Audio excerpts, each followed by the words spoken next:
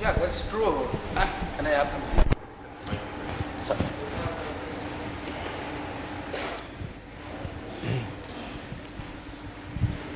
That's true. The media and the civil society has to take up from the audit report and spread the awareness and create some pressure on the government to take action.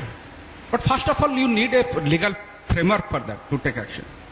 That link is missing.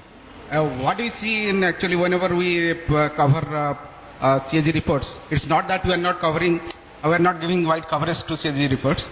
Every assembly, during the budget session of assembly, the CAG report is laid in the house, and after that we get a copy of that, and from that we carry a lot of stories from those reports.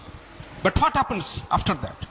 I sometimes wonder that there are so many faults have been found out in the report. About the companies or about the government, which has done a lot of mistakes, misappropriated money. And there is also suggestion for recovery of money, but actually the money is recovered or not. I sometimes wonder after filing the report, what happens? Does anybody keep a track of it? That after the report is filed, whether the person who is guilty has been penalized or not, nobody keeps a track. There is a missing link that legal framework is not there, that if there is an audit report, that should be linked to some kind of action. And that action is missing definitely. That the government should immediately come out with certain legal framework where particularly institutions like CAG, if it gives a report against somebody, that should be linked to a legal framework where action is taken. So that should be the basis. This report should be the basis of that action. That is very much necessary. And the second thing is that we are all talking about the CAG here. What about the internal audits? Because the CAG in any case is an external auditor. Are you strengthening our internal audit? No. All the government departments, they have their own internal audit system. There is a need to actually strengthen the internal audit system so that the problem of getting poor data, so the problem of getting data not in time, that could be removed to a greater extent. Thank you. Yeah. Can I just have a quick word from Mr. Mohanty on this?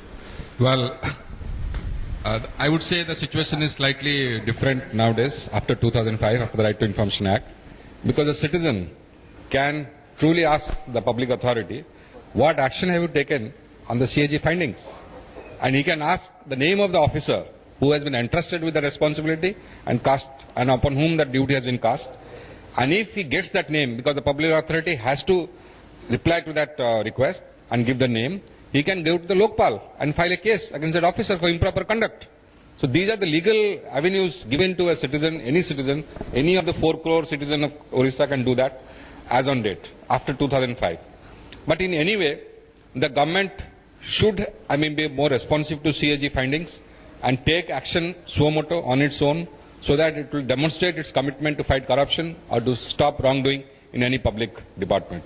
Yeah, just to supplement what Mr. Mohanty said, a large number of public interest litigations which are filed in the Supreme Court particularly are actually the outpour of disaffection because of no action being taken against the CAG's reports. The basis for many of these PILs are actually CAG reports. Right from the beginning, Mr. H.D. Shori used to, who was representing the public PUCL at that time. So a lot of reports, not necessarily of the 2G scam kind, but also on public service delivery, have been actually initiated because of the CAG's reports. But that's a danger in the sense the CAG's reports are actually going to the Public Accounts Committee of the legislature for ensuring legislative oversight over the executive, not the judicial oversight.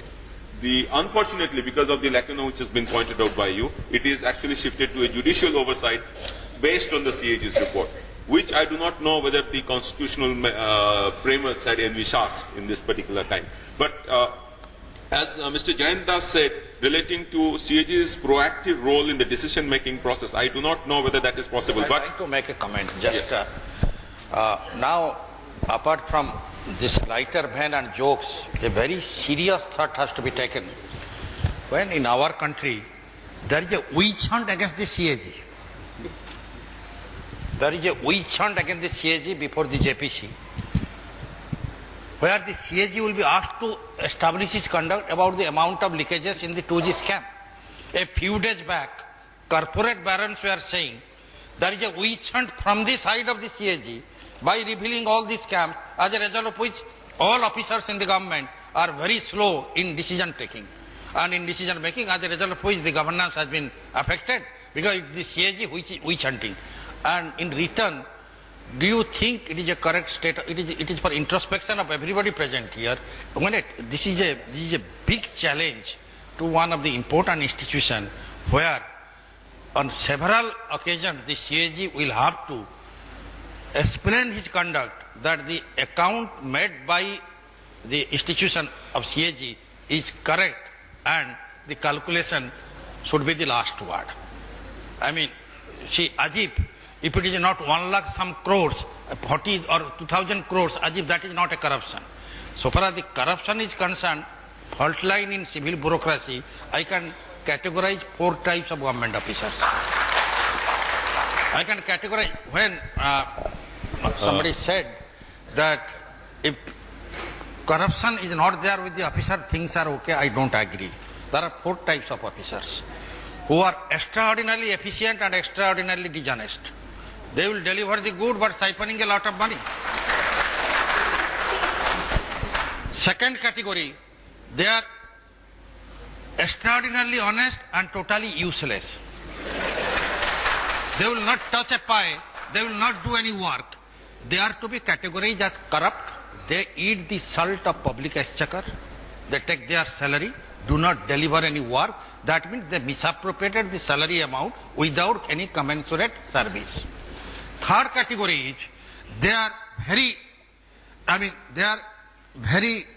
dishonest, but at the same time partly totally useless. That means they will misappropriate money and will not deliver any money.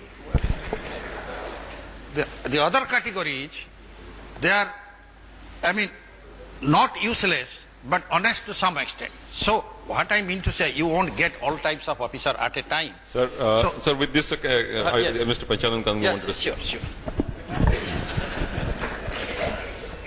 Really, AG has to play, they have to play a major role in unearthing the corruption. Because as you know that in Bihar, the scam, the greater scam, further scam, it is unearthed by the AG there in the Bihar. So it is the role of that thing, by the organization, the institution. But one thing, audit system cannot be the adjudication system. They cannot, what Mr. Hota said here, I am not one with that opinion, I am not accepting that opinion. Because auditing system is something different under the constitution. They cannot play the role of adjudication, because while auditing, there is much of guesswork. As you have heard, one portion, Mr. Roy is saying 1.7 lakh crore corruption in 2G scam. The other member is saying it is only 2,600 crore rupees. 2645 crore rupees. So the hell and heaven difference between this scam, between the 2 persons of the same organization. How can I believe that? How can anybody believe that and making that thing and taking that, both the thing? How can one conclude on that thing? That's why there is a system that is PSC. PSC has to play a role to regulate it, and now is JPC also playing the role in the parliamentary process. JPC is also playing the role. You can take up the issue in the court. You can get the support of AG's report in the court while taking a PIL, or you are going for fighting for anti-corruption thing, like Mr. Jayan Das is saying.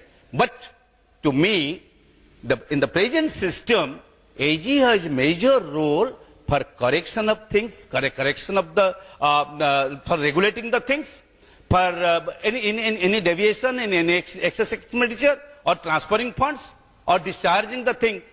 If without any result, they have to assess that thing, and they have to assess also the thing, but they cannot adjudicate the thing. This is my opinion.